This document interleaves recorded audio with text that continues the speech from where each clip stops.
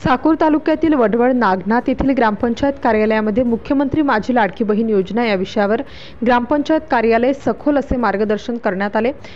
यावेळी वडवड नागनाथ येथील सर्व अंगणवाडी ताई, आशाताई, सरपंच, उपसरपंच, ग्रामविकास अधिकारी, तलाठी मंडळ अधिकारी, CSC सेंटर चालक, महा ई सेवा केंद्र चालक व ग्रामपंचायत सर्व कर्मचारी, गावकरी उपस्थित होते। सिटी इंडिया न्यूजसाठी प्रतिनिधी सतीश चंदे। ते जर तुमचा लोड कमी होईल ना, CSC सेंटरवाल्याने वाटून घेतले त्यांचे हे, तर त्यांचा लोड होईल, तुमचा लोड कमी, तर पर्यायाने सगळ्याचाच लोड कमी होणार आहे। हे नियोजन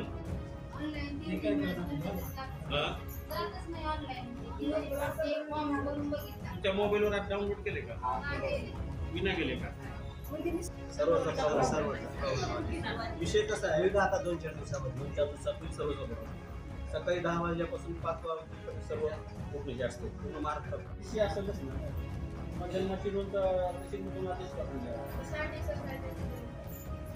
करावं लागेल ना। आपल्याला उद्देश कसा आहे, एक मिनिट, आपल्याला लाभ द्यायचा आहे, हा दृष्टिकोन ठेवायचा। त्याच्यामुळे ह्या अडचणी असल्या तरी सॉल्व्ह करावं लागते, शिकायचं नाही। जन्माचा आदेश काढून घ्या ना तहसीलमधून। जन्म मृत्यूचा आदेश देऊ लागला की नाही तहसीलमध्ये? तुम्ही देऊ लागलात ना? म्हणजे रहिवासी आहे, 15 वर्षापूर्वीचं रहिवासी आहे असं पाहिजे। तर पुन्हा राशन कार्ड, त्याच्यानंतर आपण ही मतदार ओळखपत्र, ही 15 वर्षापूर्वी जास्त कळतं। TC आपण म्हणजे शाळा सोडल्यानंतर ते प्रमाणपत्र करू शकतो। या 4पैकी कोणताही जर नसेल तर मग आपल्याला शाळा आदिवासी प्रमाणपत्र देण्यात येतं। या 4 पैकी कोणती ओळखपत्र पुरुषाचं आहे, त्यांच्या पतीचं घ्यायचं।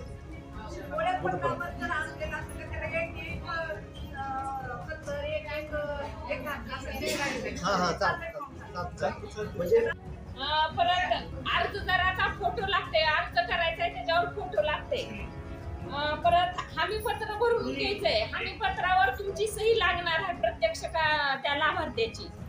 नंतर उत्पन्नाचा दाखला नसेल तर पिवळे किंवा केशरी राशन कार्डाचा कलर प्रिंट,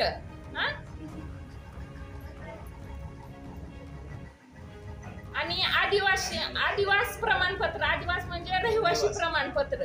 नंतर 15 वर्षापूर्वीचे तुमचे राशन कार्ड किंवा मतदान ओळखपत्र, जन्माचा प्रमाणपत्र, शाळा सोडलेलं प्रमाण दाखला किंवा TC अशी कागदपत्र ह्याला लागणार आहेत तुम्हाला।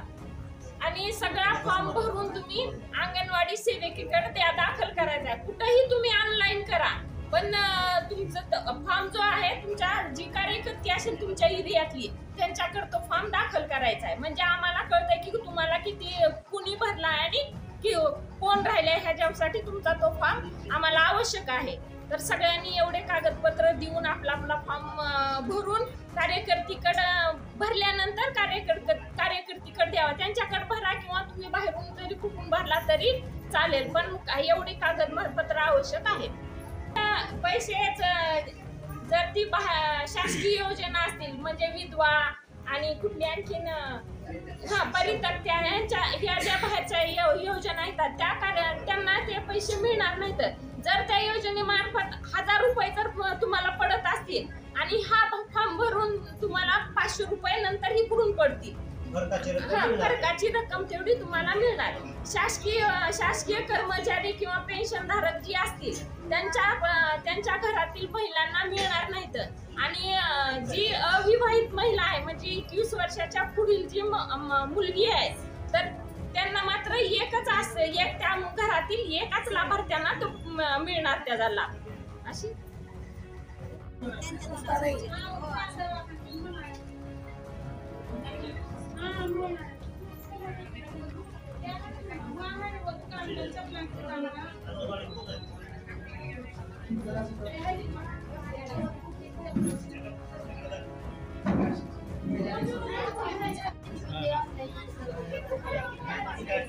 ये ना Yeah.